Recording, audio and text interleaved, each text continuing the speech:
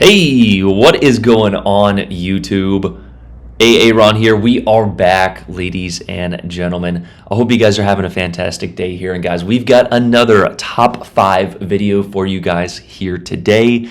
And in today's video, we are going over the top 5 ships that I want to see come to World of Warships Legends in the near future. Now, of course, as always with my top 5 list, there's going to be a few more than 5, and we're going to mention just a few of those reasons in this video. But in addition to that, I also wanted to mention a few things before we begin. Number one, we're going to be using the PC Wiki page here, and I will link both that and the Legends Wikipedia page, as the Legends Wikipedia is just a fantastic resource for everything Legends. As you guys know, these are slightly different games, and the only reason we're going to be using the PC Wiki as the ships that we are mentioning are not currently in the game, so they won't be on the Legends Wikipedia. So, shameless plug for the Legends Wikipedia. The community who created this page is just, they did a fantastic job with it. It is not wargaming driven, it is basically community driven, so you can know all the different, battle mechanics, commanders, all that different stuff is on and available in this resource. So I will link that in the description of this video. And this is a little off topic here, but I was doing a video for the Lazo. If you guys saw my stream, I think it was Saturday, we had a pretty epic replay in the Lazo, which is a tier 6, basically Chapayev or AL Chapayev almost. Unfortunately, I realized that ship is only available for the game in crates. And I understand monetization. You guys have heard me say it so many times before. I don't care if Wargaming monetizes their game. I don't love event ships, but even with event ships, you guys know the straight out price point per se, we'll call it that, even though it's not really a price point. And yes, I'm sure some people can work out the exact math of how many crates you would have to buy. However, it just leads to a poor precedent, in my opinion. And I stated this a few days ago, or what is it, yesterday now, on the feedback section in Discord. I also submitted the feedback in the World of Warships Legends community contributor Discord. But as you guys know, and as you guys will read here momentarily, it's probably just wasted keystrokes. But I did want to let you guys know that, in terms of just crate-only ships, and what we mean by that is the ship is not available in the store, it creates this sense of FOMO. But we're just going to go ahead and read this, and the reason I'm saying this is because I am going to do a review on the Lazo. If you want to spend your money trying to get it through crates, that's on you. But I just don't like, when I do these videos, I want people to have an informed consent and just an understanding of what they're getting into. That's truthfully the reason for me doing this little rant here. But anyway, as stated on the feedback section in Discord, crate-only ships should never really be a thing. I understand the monetization aspect as a business owner myself, but there are always ways to do it without creating FOMO of new ships at the release of every update. Event ships, while not my favorite, at least have somewhat of a price point, if you want to call it that. I know this feedback is basically wasted keystrokes, but finding ways to make the hardcore player base happy with either a grind or fair price point with newly released ships like the Lazo will increase player retention and satisfaction. I almost don't even want to make, that's not really a great sentence, but anyway, I almost don't even want to make a review of the ship due to the inevitable backlash that the video will cause because the ship is only available from a crate. I understand you will never make everyone happy, as there are perpetual whiners that think everything should be free, but this is just egregious in my opinion, and I signed it AA. So in the words of Forrest Gump, that's all I have to say about that. And anyway, on to the main topic or portion of this video, now that I've wasted about 3 minutes of your time already. And moving on to number 5 here of ships that I want to see come to World of Warships Legends in the near future. These are probably no surprises to you. I've gone over a good majority of these ships before.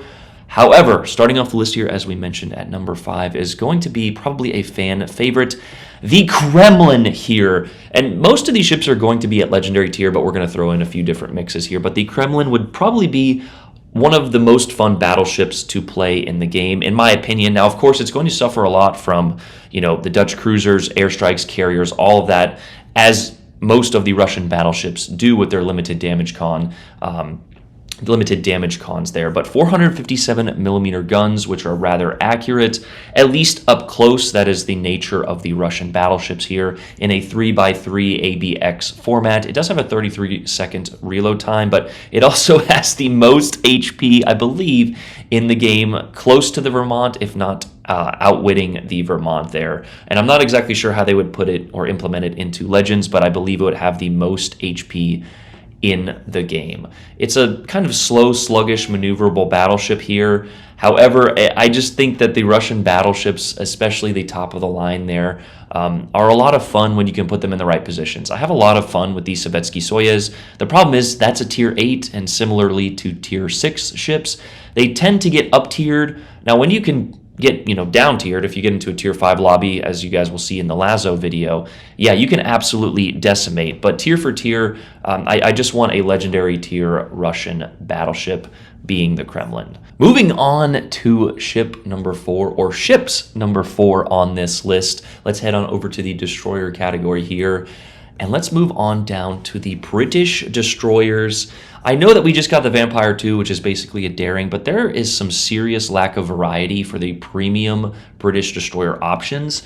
And I think that the Jupiter 42 or the Psalm here would be fantastic options at both tier 8 and tier 7 here. Now, similarly to the American destroyers, the British just basically pumped out a bunch of destroyers that were basically all the same with some slight variances along the way. But the British destroyers even less so in terms of just how they looked.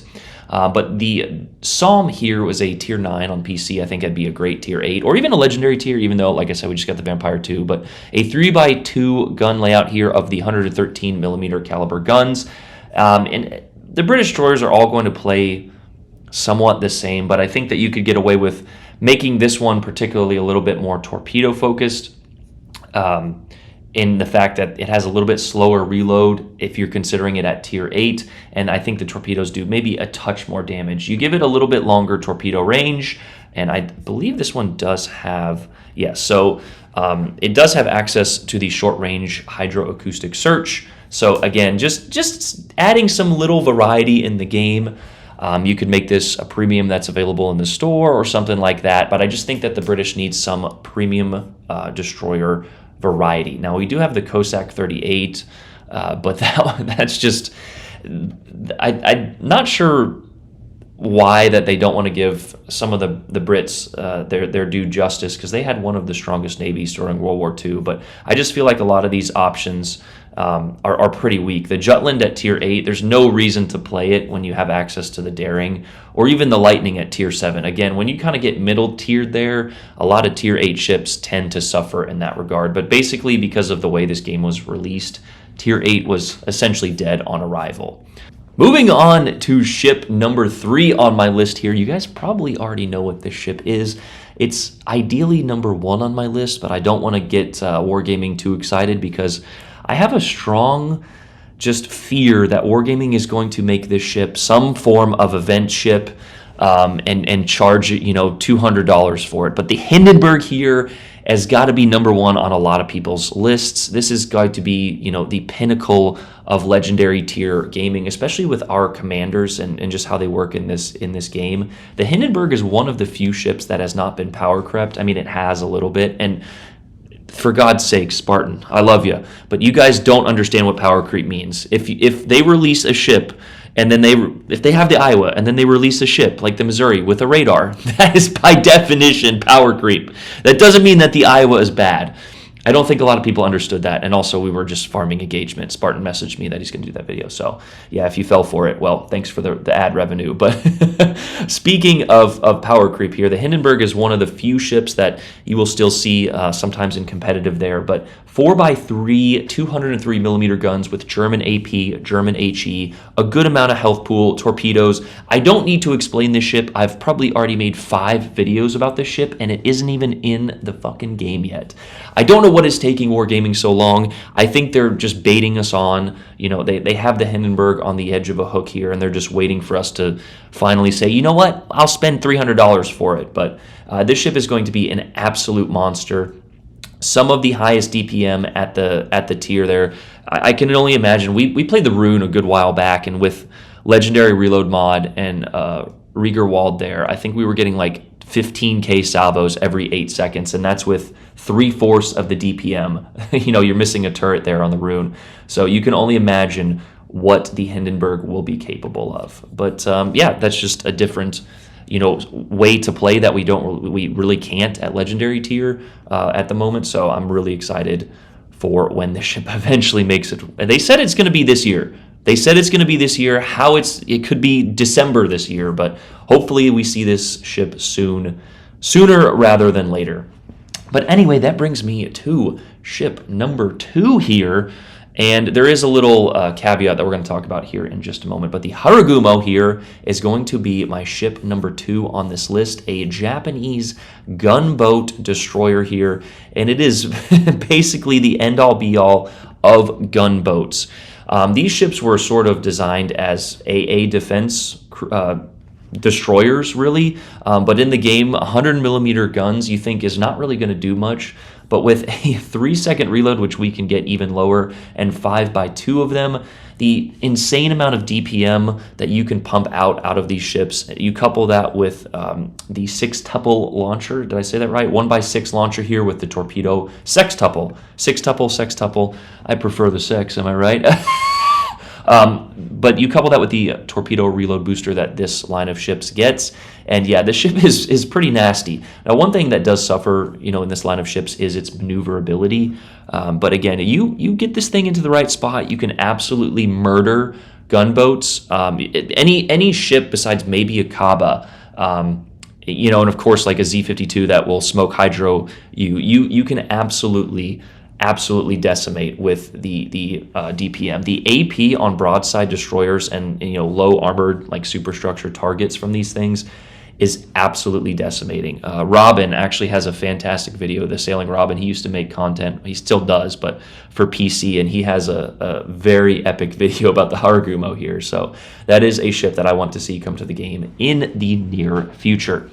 Now, I have a little bit of a asterisk or ships that I should be on this list, but just maybe don't fit into the direct list itself. But the Austin, the Illinois, and the Kearsarge. And the reason I mention that is the fact that the Louisiana should be returning to the Bureau relatively soon here. On top of that, we just got the Jinan, so the Austin is almost an identical ship, except it has access to SAP. So again, they're similar ships. We already have the Kearsarge, and the Illinois is just basically a Des Moines on steroids. It's a Des Moines on a battleship hull. So a little bit of those mixed hybrid ships here, but ships that I definitely want to see come into the game. So the Austin is a Jinan, more or less, with SAP.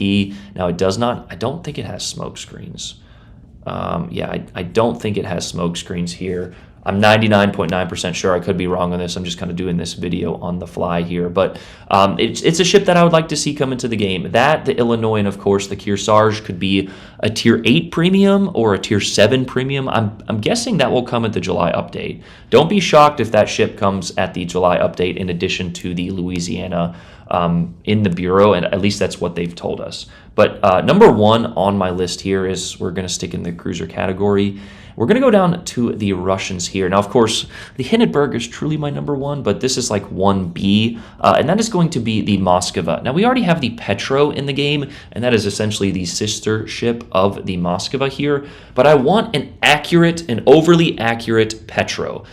They sort of nerfed the accuracy on the Petro, and I don't know what it is about Legends. You just don't really get citadels like you should. You'll watch PC, and broadside players will pay for their mistakes, and that is exactly what the Russian heavy cruisers are meant to do. You don't have torpedoes. You're not the most maneuverable. You do have a good chunk of health, and you do have very medium to high caliber accurate guns that should hit really hard. And of course, the Petro can. We end up citadeling a lot of battleships, but I just feel like a majority of the time when you catch a ship broadside, it just ends up being overpins. And I know that is a mechanic in the game, but I want a ship that just, should citadel, when you catch a player broadside. But basically, the Moskva should be the legendary tier, I guess, to finish out the tech tree. We have the Stalingrad, and that's a great ship. And honestly, that one does sort of, hit hard I feel like when it should, but I just want the Moskva as well, a little bit more maneuverable, maybe. You're still going to have bad concealment, but not quite as big as the Stalingrad here. But those are my top 5 ships that I wish to see. There's more than that, obviously, in the game here in the near future. Join the Discord here. If you want to put some feedback on what we mentioned earlier, be respectful, but I will link the Legends community Discord as well as my own personal Discord server. Just be, especially in the Legends Discord, be moderately respectful in your feedback. Just don't be like, hey, you guys suck. Okay, bye. Like, you're never going to get anywhere doing that. But if you put up, well-articulated feedback, they do look at it sometimes. I'm going to say 9 times out of 10, it is wasted keystrokes, but we'll talk about that in a different video. This one's meant to be a little bit more lighthearted, especially with the little Easter egg that I put in this video here. But yeah, that's going to do it for this one. I know a little bit longer here and me just simply blabbering on the computer here, but I love you guys. Have a great day, man. Let me know your top 5 ships you want to see in Legends in the comments down below. I love you guys. Have a great day. I'm out. Peace.